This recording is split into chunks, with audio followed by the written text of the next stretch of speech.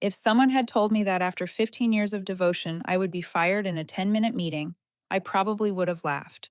But that morning I didn't laugh. I just felt a strange calm, the kind that comes when you already know what's coming.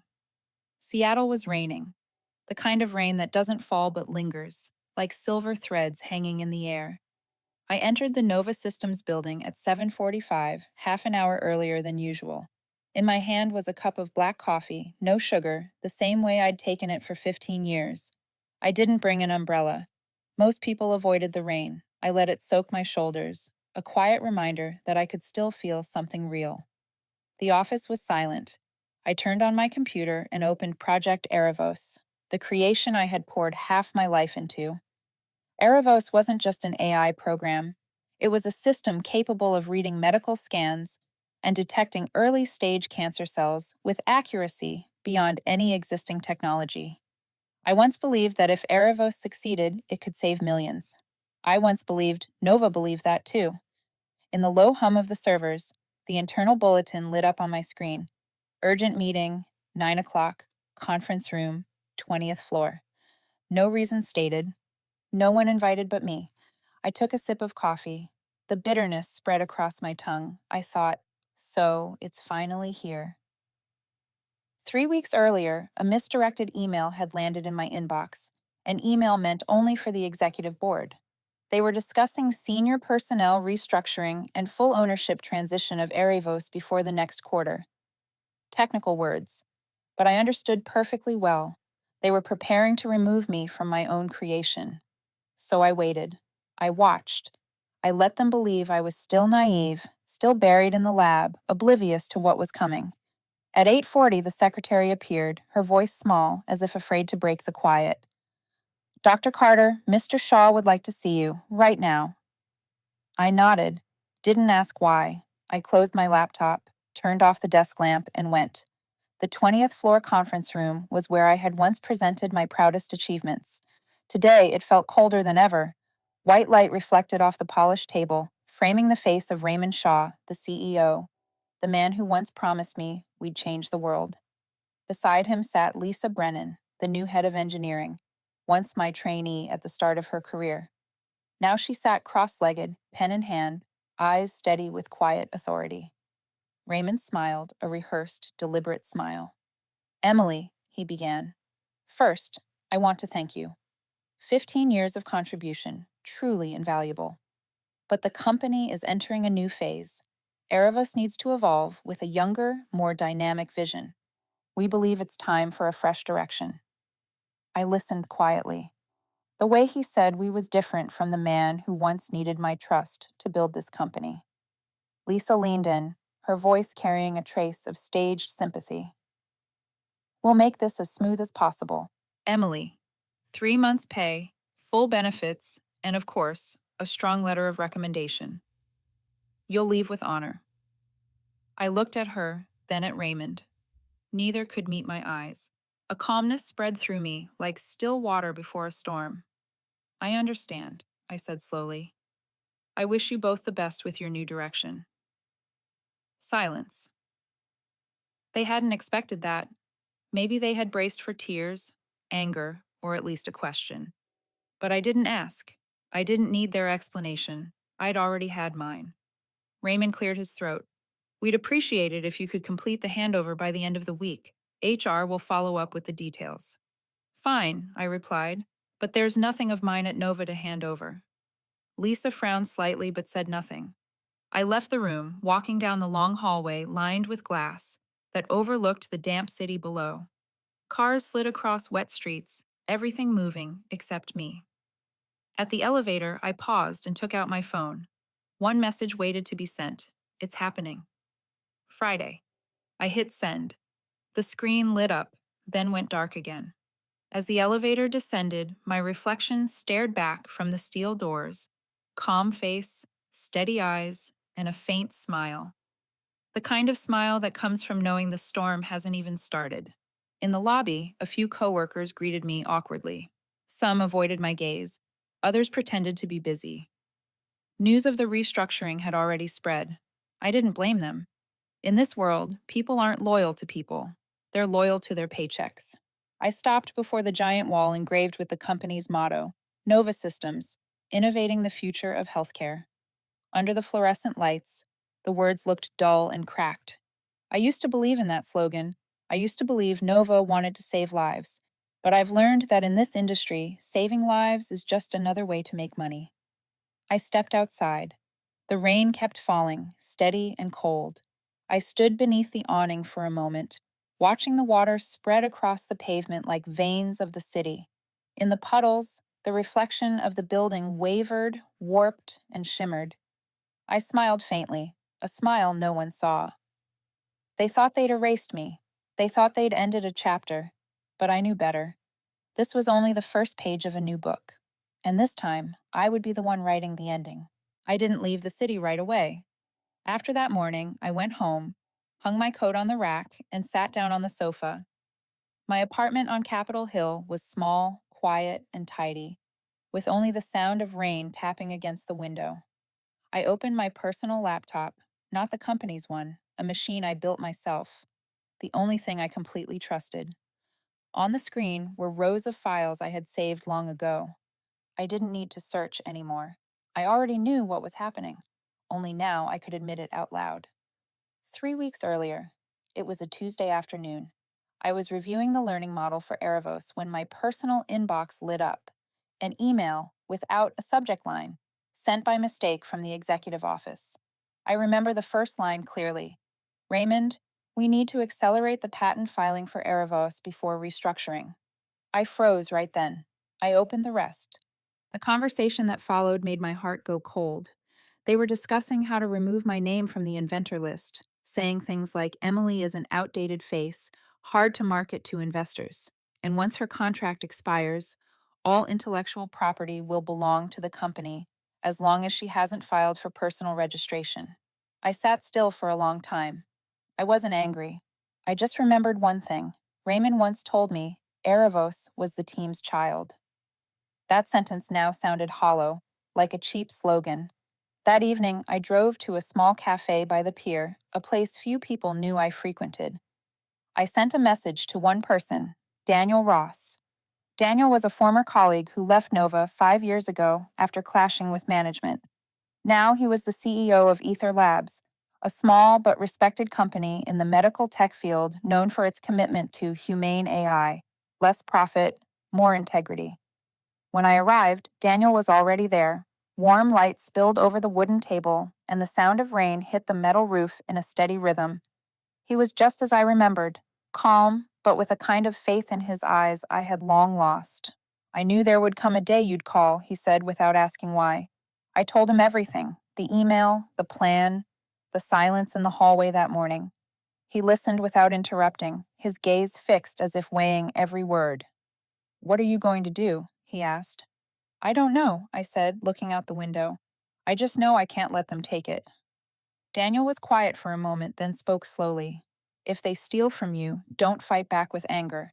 Fight back with intellect, and build it so well they can never replicate it. Those words woke me up. I realized I didn't need to destroy them. I just needed to prove I was irreplaceable. 3 days later, I began rewriting the entire Erevos core. Not a copy, but a whole new system. Erevos 2.0. I worked on my personal computer on private data at night when the city slept. Every line of code, every test was timestamped, digitally signed, and backed up as legal evidence. I knew the law well enough so understand that any invention created outside working hours on personal equipment belonged to the creator. 12 days later, the first foundation of Erevos 2.0 was complete. It didn't just work better, it was smarter than Nova's original version. I named it Erevos Reborn. I sent a technical summary to Daniel's lawyer, along with all my development logs. We filed a patent application with the United States Patent and Trademark Office under the name Emily Carter. I remember the afternoon the confirmation came in. Just one simple line, application received, under review. Yet it made me exhale. For the first time in years, I felt I truly owned my work. Meanwhile, Daniel and I began discussing strategy. He proposed drafting a memorandum of understanding between me and Ether Labs, a partnership to become official as soon as I leave Nova. You're sure they won't notice early? He asked. I'm sure, I said.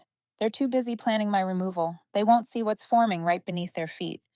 I told no one at Nova. I kept working, attending meetings, smiling while Lisa presented so-called innovations she had pulled straight from my notes. The closer I got to my dismissal, the calmer I became, maybe because I knew I was already ahead of them.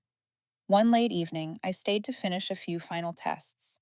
As I left, I paused before the fogged glass window, seeing my reflection merge with the city lights.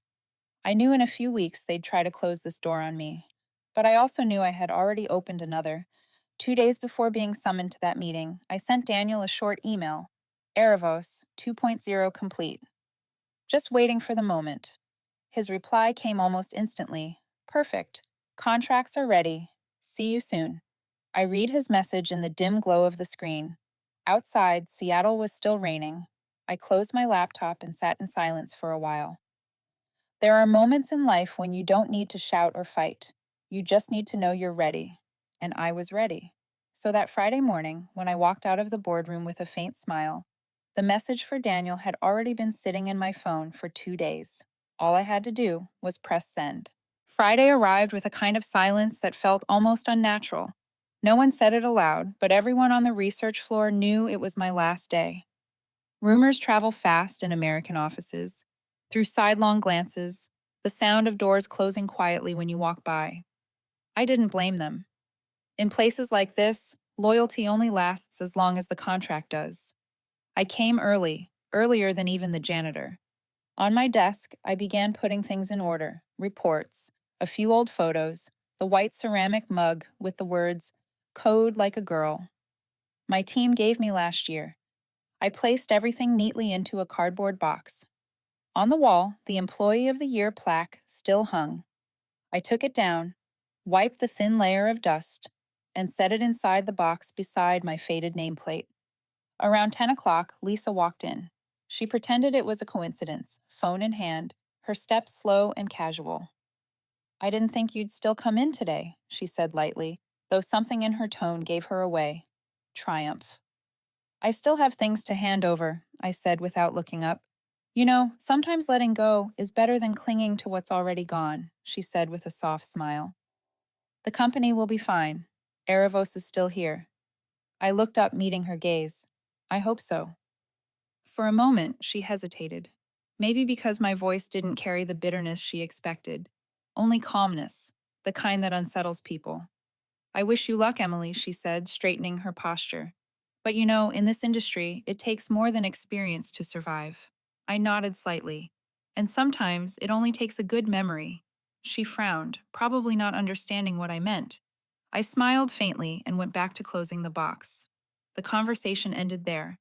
By noon, I met my team of 6 engineers, the ones I had hired, trained, and stayed up countless nights with during Erevos's early days.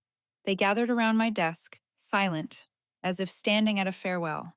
Miguel, the youngest lead engineer, stepped forward. We heard this morning, he said quietly. I don't even know what to say. I know, I said softly. Just keep doing your work. Don't let them make you believe what we built wasn't worth anything. None of us thinks that, Miguel said, his eyes red. Erevos belongs to you. I placed my hand on his shoulder. It belongs to all of us. But sometimes, to protect it, you have to walk away. No one spoke. I thanked them, shook each of their hands. No tears. Maybe because they understood this wasn't really an ending for me. In the afternoon, I met Denise from HR to sign the termination papers. She read each clause in a flat tone like a weather report. You understand that any intellectual property developed during employment at Nova belongs to the company. Of course, I said. Anything developed during working hours, using company equipment. I emphasized each word carefully. She nodded, not realizing the difference. When I stepped out, Raymond was waiting in the hall. He extended his hand, that same flawless, polite smile as always. We truly appreciate everything you've done, Emily. You laid the foundation for us. I know, I said, shaking his hand. And I believe you'll soon see what that really means. I left the building at 4:30. The rain was still falling, soaking my shoulders. I didn't use an umbrella. I liked that feeling. Free and cold, but real. Across the street, the Nova Systems sign shimmered in the puddles, its light distorted and fading. I looked at it a second longer than usual. 15 years of my life ended there, but I knew I wasn't finished. That evening, I went to Meridian, the restaurant where Daniel had reserved a table. A quiet corner by the window overlooking the bay, dim amber light glowing on the wooden surface. Daniel stood when I arrived. "They did it, didn't they?" he asked. "Yeah, exactly as I expected. No more, no less." He poured me a glass of red wine. "Then it's time." On the table was a thick folder, neatly bound with a leather strap. I opened it. The first line read, "Exclusive Partnership Agreement between Dr. Emily Carter and Ether Labs." Beneath it was my name, and the clause confirming that all intellectual property rights belong to me, followed by the licensing terms for Erevos 2.0. Profits split evenly. I read through each page even though I already knew them by heart. When I reached the end, Daniel said quietly, "Are you sure?" "Once you sign, there's no going back." "I have nothing to go back to," I said. I signed my name. Daniel smiled. "Monday, we announce it. Erevos 2.0 goes public." I looked out the window. The rain had stopped, the western sky glowing faintly as the last light touched the water. I raised my glass, clinking it softly against his. "Monday," I said, "is going to be interesting." Daniel grinned. "I'll have the coffee ready." I nodded, staring into the fading light outside. The city shimmered in the evening glow. I thought of what would happen once the press release went out. Raymond, Lisa, and every face that avoided my eyes today. They'd understand. Not through threats, not through revenge, through truth. I left the restaurant when night had fully settled. On the drive home, I turned on the radio. A slow jazz tune played, familiar, like something I'd heard in another lifetime. I didn't know what the future held, but for the first time in years, I felt light. Not because I'd settled the score, but because I'd preserved the one thing that mattered most, my own worth. At the corner, I stopped the car and looked toward the Nova building, its lights still glowing. I whispered softly, too low for anyone to hear, "Goodbye, old home." Then I drove away, leaving its fading light behind in the rearview mirror. Monday morning. I woke up earlier than usual. The sky over Seattle was the color of ash, and the clouds drifted low over the bay as if they sensed what was coming. I didn't rush. I made coffee, opened my laptop, and checked the morning news. Then I saw the first headline on Tech Pulse. Ether Labs announces Erevos 2.0, the exclusive invention of Dr. Emily Carter. Below it was a photo of me, taken 2 years ago during a conference where I spoke before hundreds of people. The article was short and precise. After leaving Nova Systems, Dr. Carter partnered with Ether Labs to develop an advanced version of Erevos, an AI system considered a breakthrough in medical diagnostics. I read it slowly, word by word. No mistakes. Every detail accurate, lawful. Ether Labs had also released a synchronized press statement with complete verification of intellectual property ownership. Within hours, the news spread across every major outlet. Bloomberg Tech called it a strategic alliance that could shift the balance of medical technology. Forbes printed in bold, "The woman they pushed out. Now she's back, stronger than ever." My phone buzzed nonstop. Calls from reporters, old acquaintances, and a few former colleagues from Nova. I silenced them all. I only needed quiet. But I knew, across the city, no one else was quiet. The Nova building lit up earlier than usual.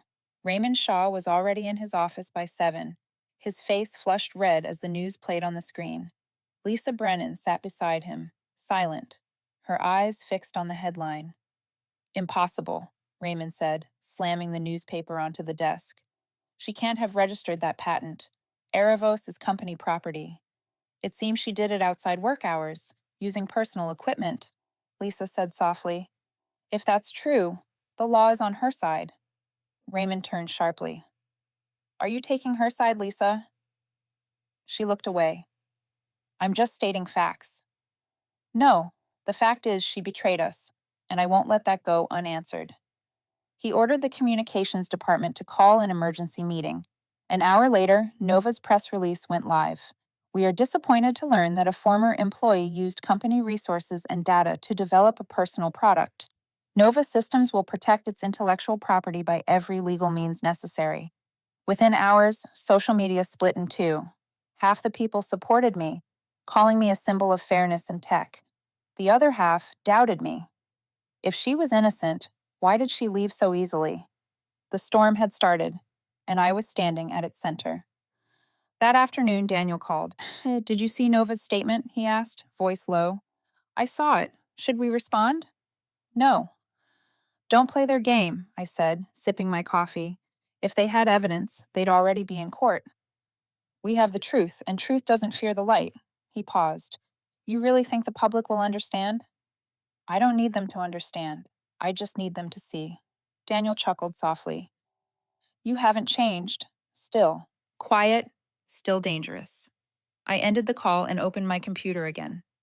The folder Erevos 2.0 documentation sat neatly on the screen, holding every record of my work, logs, timestamps, data structures, all digitally signed. Not a single line tied to Nova. The next 3 days were chaos. News outlets demanded interviews. Social media is filled with hashtags pronounced #Erevos and #Emily Carter.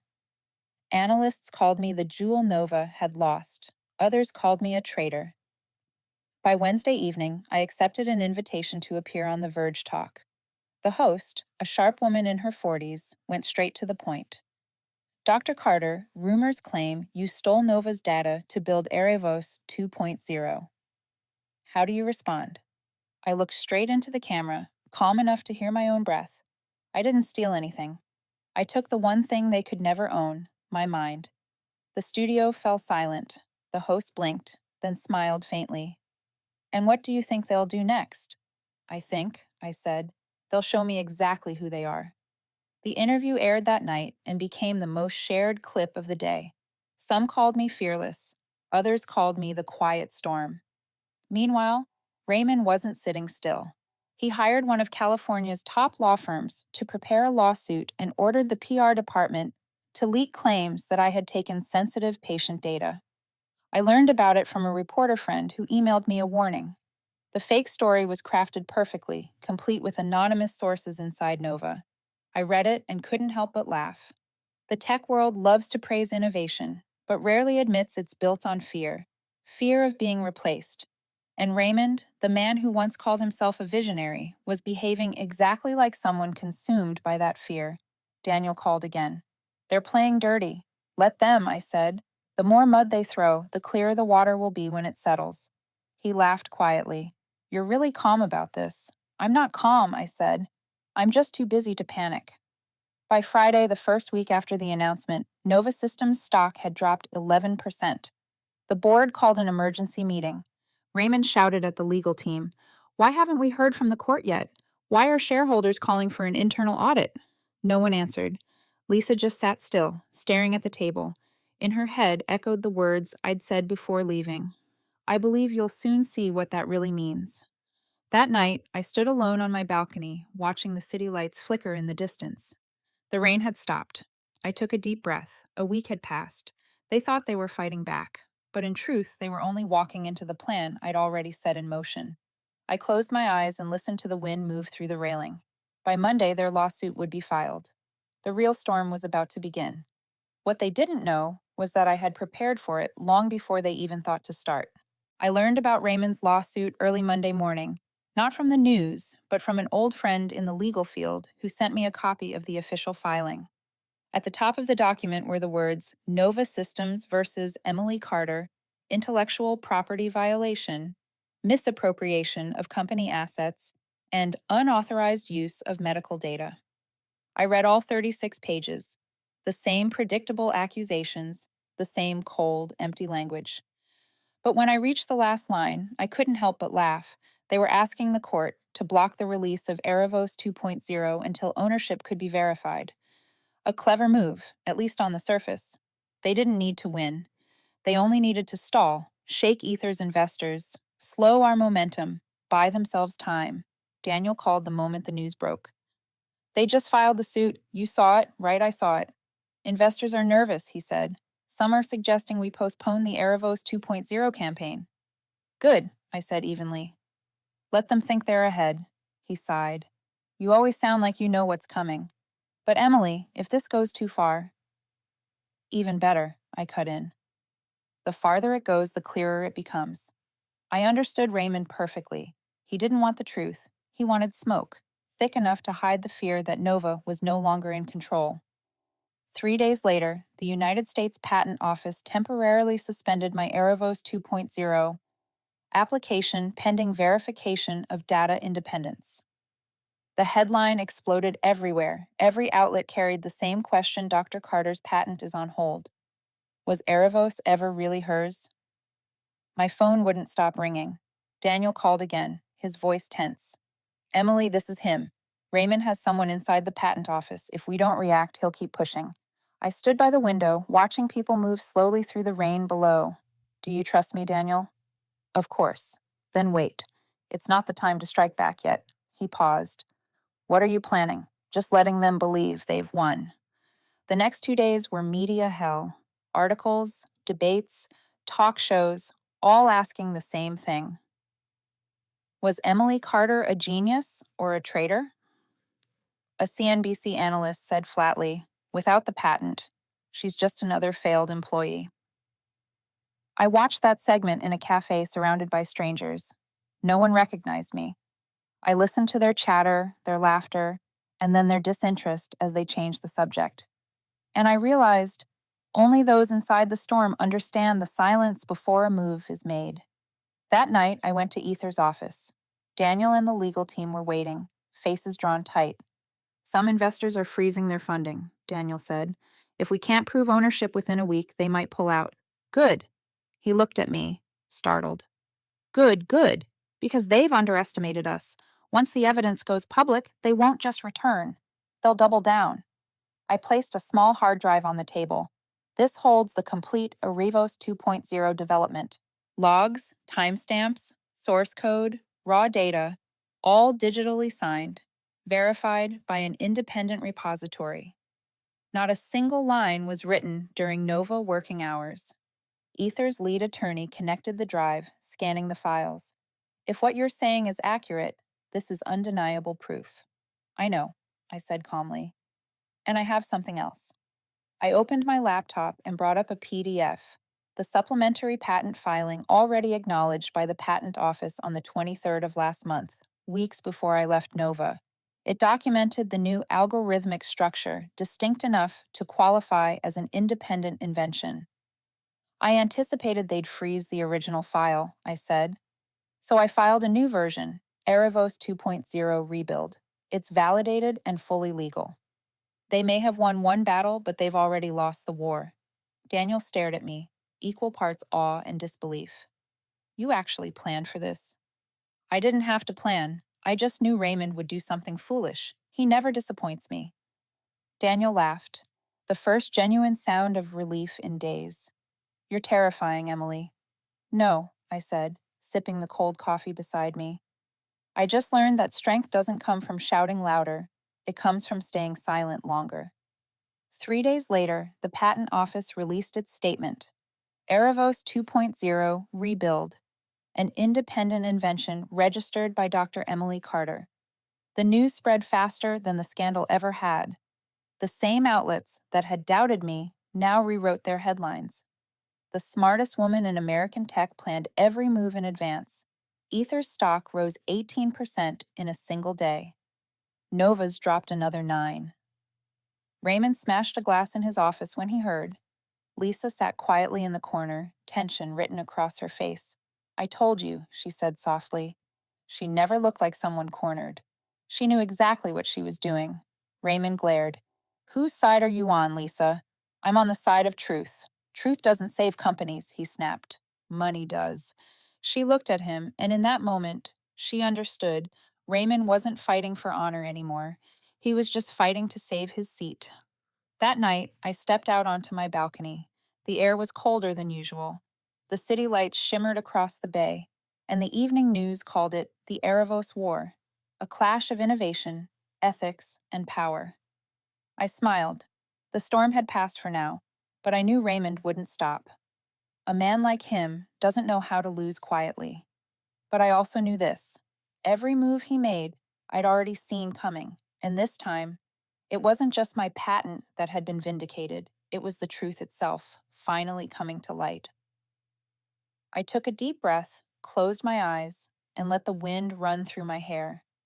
They thought it was a defeat, but the real victory was already on its way.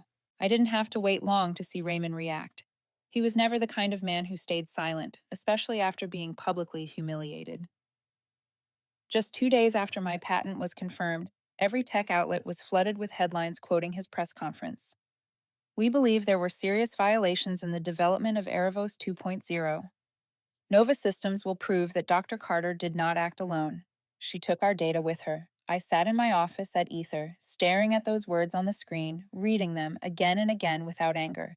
In truth, I felt nothing but recognition. When people lose control, the first thing they do is create an enemy. Daniel called that morning, his voice low and urgent. They just filed a request to audit Nova's old servers for evidence you used company data, he said. They even got someone inside the patent office to help. Who's the supervisor? I asked. He hesitated, then said, Lisa Brennan. I smiled slightly. Then we'll soon have a new ally. Across the city, Lisa was living through the most difficult days of her life. She sat in the technical control room, watching the IT team carry out Raymond's orders, retrieving old Erevos backups, changing timestamps, adding and removing code lines to make it look like proof that I had copied company data before leaving. She stared at the fake code, feeling a chill run through her. This is falsified, Raymond, she said quietly. She can easily prove it's fabricated. Raymond turned to her, voice sharp and cold. We don't need it to be true, Lisa. We just need the public to doubt. You're crossing a line, she said. No, he snapped. I'm saving the company, and if you want to keep your position, you know what to do. Lisa said nothing. She couldn't walk away just yet, but deep down she knew she couldn't stay either. That night, alone in the office, she opened her laptop and scrolled through Raymond's internal emails. They contained everything: orders to forge reports, create fake evidence, and record secret payments to a contact inside the patent office. Lisa opened a new email and stared at the screen for a long time before typing. I can't hide this anymore. He's fabricating evidence and has someone inside the office helping him. I'm sending you all the files. Use them wisely. She signed it, Lisa, and pressed send. The next morning, when I opened my inbox, the message was waiting. New mail from Lisa Brennan. I read it slowly, word by word. She was right. Raymond had orchestrated false data. She attached 10 files: internal meeting notes, payment records, and an audio clip of a conversation between Raymond and his attorney. His voice was rough, self-satisfied. We don't need to really win. We just need to make her too dirty to celebrate. I sat still for a long time after listening. I didn't feel victorious, just quietly relieved, like stepping out of a dark room I'd been living in for years. I forwarded all the materials to Ether's legal team and said, send everything to the Securities and Exchange Commission. No commentary, no statement. Daniel entered as I was signing the authorization. What did you just do? He asked. I just put the truth where it belongs. He looked at me, half amazed, half in awe. Now I understand why they fear you. By that afternoon, the news was everywhere. The United States Securities and Exchange Commission had launched an internal investigation into Nova Systems for suspected financial fraud and falsified intellectual property documentation. The media exploded. Nova's stock plummeted more than 20% in 2 days.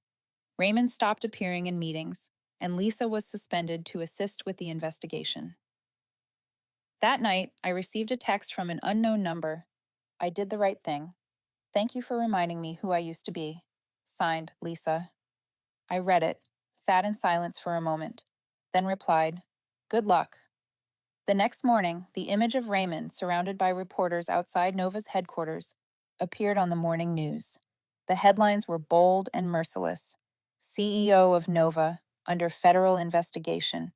Erevos scandal sparks, shareholder. Outrage. I watched the broadcast from my office, a cup of cold coffee beside me. Daniel came in carrying a folder. Their shares dropped another 10%, he said. The board is in emergency session. Looks like Raymond's days are numbered. I said quietly, I don't want them destroyed. I just want them to remember. Remember what? Daniel asked. That truth doesn't need to shout to be heard. Late that night, I was still in the office, the yellow light reflecting off the glass walls. I reopened the Erevos 2.0 source code. The lines scrolled steadily across the screen like a heartbeat. It wasn't just work anymore. It was proof that justice could be built through discipline and intellect, not vengeance. Outside, the rain began again. I leaned back in my chair, listening to its rhythm against the window. For the first time in months, I felt peace. Across the battlefield, they were collapsing on their own, and I, finally, was beginning to build my world anew. The investigation lasted less than 2 weeks before everything collapsed, faster than anyone could have imagined. Nova Systems, once seen as a symbol of innovation in medical technology, now fills every headline, not for its achievements, but for its scandal. The Securities and Exchange Commission released its first findings, clear evidence that CEO Raymond Shaw had ordered falsified technical documents, conducted illegal fund transfers to hide losses from the Erevos project, and deliberately lied in his lawsuit against me. The news hit like an earthquake. That morning, I was in Ether Lab's conference room, preparing to present the Erevos 2.0 prototype to partner hospitals. Daniel walked in, holding a newspaper. He set it on the table without a word. The bold headline read, Raymond Shaw resigns. Nova Systems in total crisis. I read the article slowly. Nova's board had voted for Raymond's immediate resignation. Lisa Brennan had also been dismissed for lack of integrity in supervision. The court had suspended Nova's original Erevos project for investigation. The company's stock plummeted more than 30% in one morning. Daniel looked at me and asked quietly, How do you feel? I stayed silent for a moment before saying, relieved. Not because they lost, but because justice finally found its voice. I didn't feel triumphant. Strangely, there was no joy in reading that news. Everything I had once devoted myself to, my colleagues, the lab, the dreams of my younger years, now lay in ruins. Maybe that's why victory didn't bring happiness. It only returned the peace I'd lost. A few days later, Daniel proposed a press conference to announce Ether's new direction. I didn't want a flashy event, but he said, This isn't just a company victory. It's a message to the whole industry. I agreed with one condition. I wouldn't speak about Nova.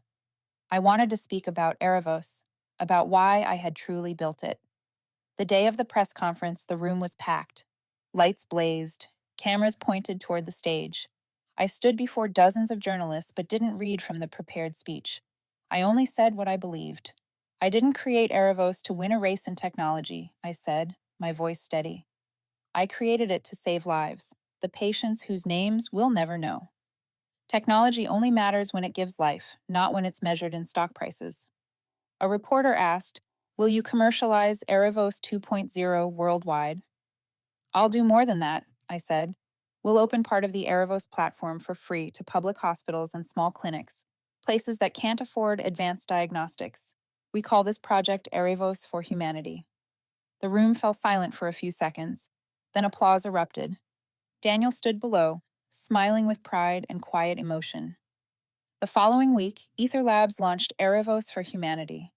The system was deployed in more than 30 small hospitals across the western United States.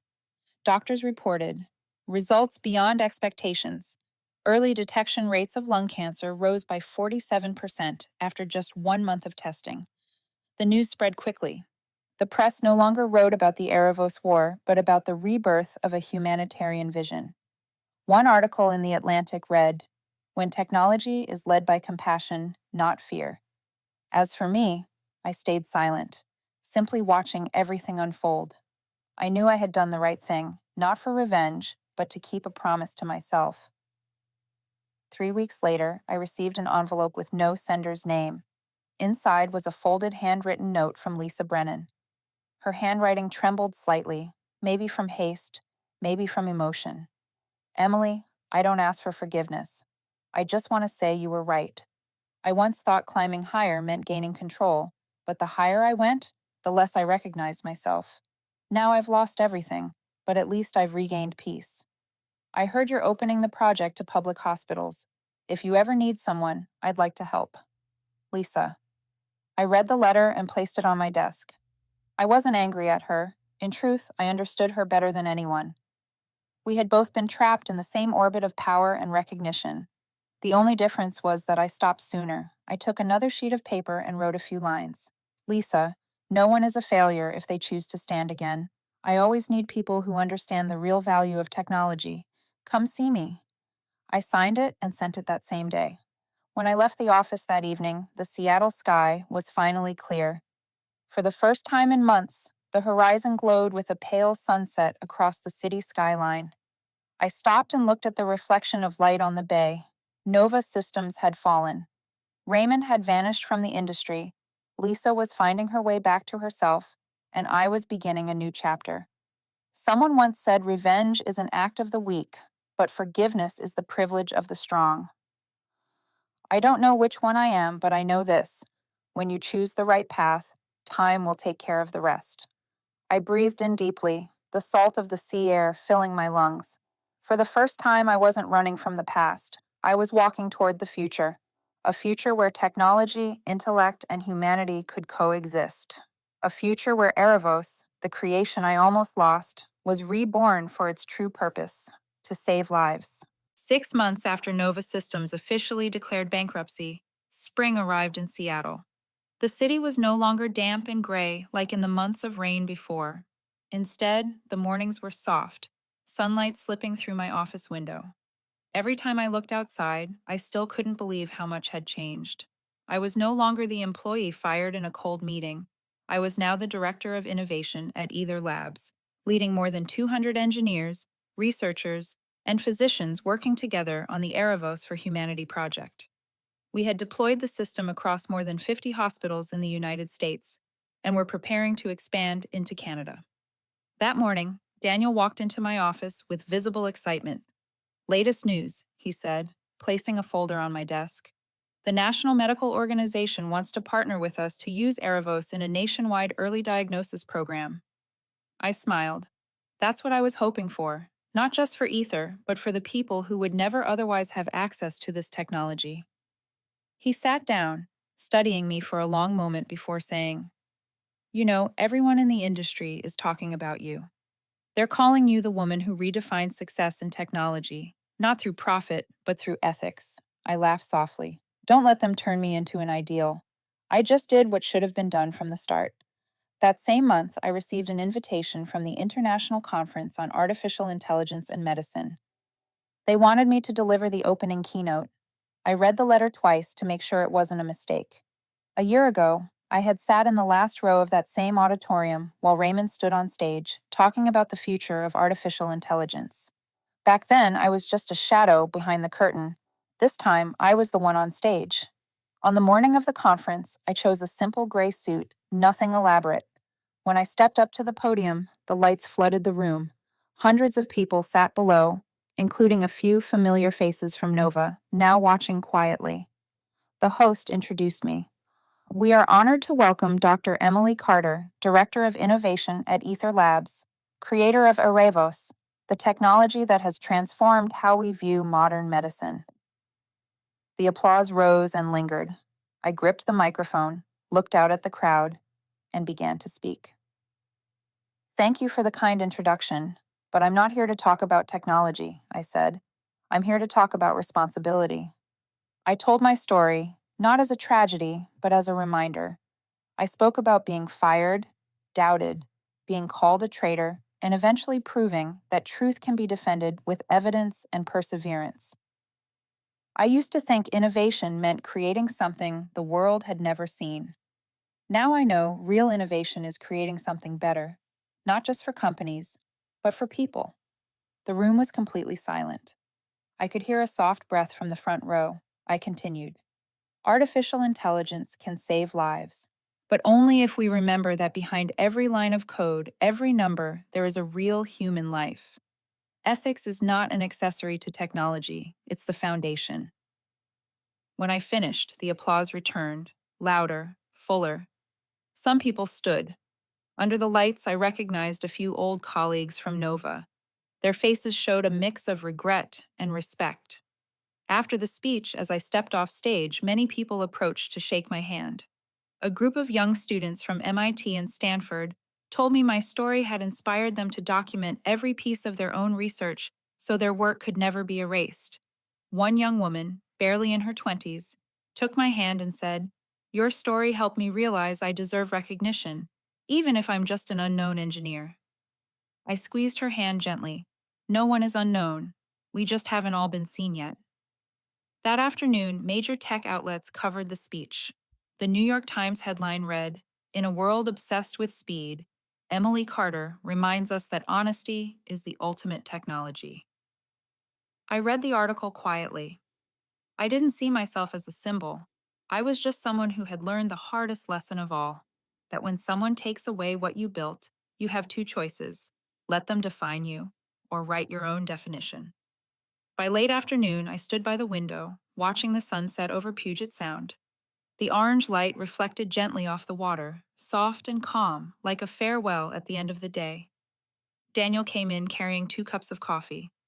"You know," he said, "your speech is being replayed on national television. The entire industry is talking about your line. Ethics is the foundation of innovation." I smiled. If they truly understand that sentence, then we've already taken a step forward. He handed me a cup. "Do you think Raymond is watching?" I shook my head slightly. Maybe. But if he is, I hope he realizes I never wanted to destroy anyone. I just wanted to prove that integrity is worth more than any victory. Daniel nodded slowly. "I think you've done that." I looked out at the city as the lights began to bloom one by one. In that moment, I wasn't thinking about the past or what had been lost. I just felt peace. Recognition doesn't come from titles or praise. It comes from looking back at the road you've taken and knowing you didn't lose yourself along the way. Night fell, and Seattle shimmered with light. I took a sip of coffee, feeling the warmth spread through me. For the first time in many years, I felt completely free. A year had passed since I walked away from Nova Systems. Everything seemed different now. Yet on quiet mornings, when rain tapped softly against the window, I could still hear that sound. The one that followed me the day I left the building with a small cardboard box in hand and a strange calmness in my chest. Now I had my own office on the top floor of Ether Labs, with glass walls opening to the full view of the Seattle Bay. I was no longer surrounded by doubt or fear. I was heard, trusted, and above all, allowed to be myself. That morning, I was reviewing the quarterly report when Daniel walked in, holding a bottle of champagne and 2 glasses. He smiled, his voice full of excitement. "It's been exactly 1 year," he said, "and guess what? Ether Labs just officially surpassed Nova in market value. We're now the leading company in medical technology." I looked up at him and smiled. So the day finally came. He poured the champagne, raised his glass, and said, "To a year of rebirth, and to the woman who turned pain into power." We clinked glasses. The faint scent of champagne lingered in the air. I didn't feel loud joy, only quiet fulfillment, the kind you feel when a long journey ends without applause. "You know," Daniel said, "the board asked me to pass along their congratulations. And there's more. You've been invited to speak at next month's Women in Tech Leadership Conference. The theme is intellectual property and the right to recognition." I smiled. Sounds like a beautiful ending to a story I never thought would have one. He laughed. "No, it's just the next chapter." That afternoon, after Daniel left, I stayed alone in the office. I opened my email, scrolling through invitations, reports, and messages of thanks from partners. Among the hundreds of lines, one new message appeared. The sender made me pause. Lisa Brennan. I opened it. "Hello, Emily. You probably didn't expect to hear from me again, but I wanted to tell you I've started over. I recently founded a small company developing community-based medical technology. No big investors, no lofty ambitions, just a place where every idea is valued for what it is. I've learned a lot from you, and I wanted to say thank you. Good luck, Lisa." I read it twice. That last line, "good luck," made me smile. Maybe because I remembered saying the same words a year ago in Nova's cold conference room. I never thought they'd come back to me like this, gentle, sincere, and kind. I replied, Lisa, I'm glad you found your own path. There's always room in this world for those brave enough to start again. Good luck, truly. Emily. I sent the message, then sat quietly for a while, watching the late sunlight stretch across the desk. That night, I left the office later than usual. The breeze from the bay was cool against my face. The city below shimmered with light, buildings reflecting like falling stars across the water. I stood by the balcony, thinking about the road behind. Me, 15 years of devotion, one great loss, and one rise that changed everything. Raymond Shaw had vanished from the industry after being found guilty of ethical misconduct. Rumor had it he now lived in a small southern town, far from the press. I didn't hate him. If I ever saw him again, I think I'd only say one thing. Thank you for teaching me how to hold on to my worth. Lisa was starting over, the way I once did. Daniel was still steady beside me, calm, constant, and without pretense. And me, I was still writing code for Erevos 2.0, now deployed across the world, saving thousands of lives I'd never meet. A year ago, I left Nova Systems with a small box and my final words, good luck. Today, I heard those words again, but with a different meaning. No longer as irony, but as something genuine, a quiet reminder that in failure, everyone deserves the chance to begin again. I looked out at the bay, where the lights shimmered like threads of gold on the water, and whispered softly to myself, no one truly loses if they learn something along the way. I turned off the lights, leaving only my computer screen glowing with the words, Aether Labs, innovating with humanity. I smiled, whispering again as if to mark the full circle, good luck. It was the perfect close to a long, emotional arc. From the first, good luck, spoken in calm parting, to the final, good luck, born of forgiveness and growth. Emily Carter hadn't just defeated a company, she had conquered herself, with intellect, resolve, and grace. An ending as quiet and true as the way her story began.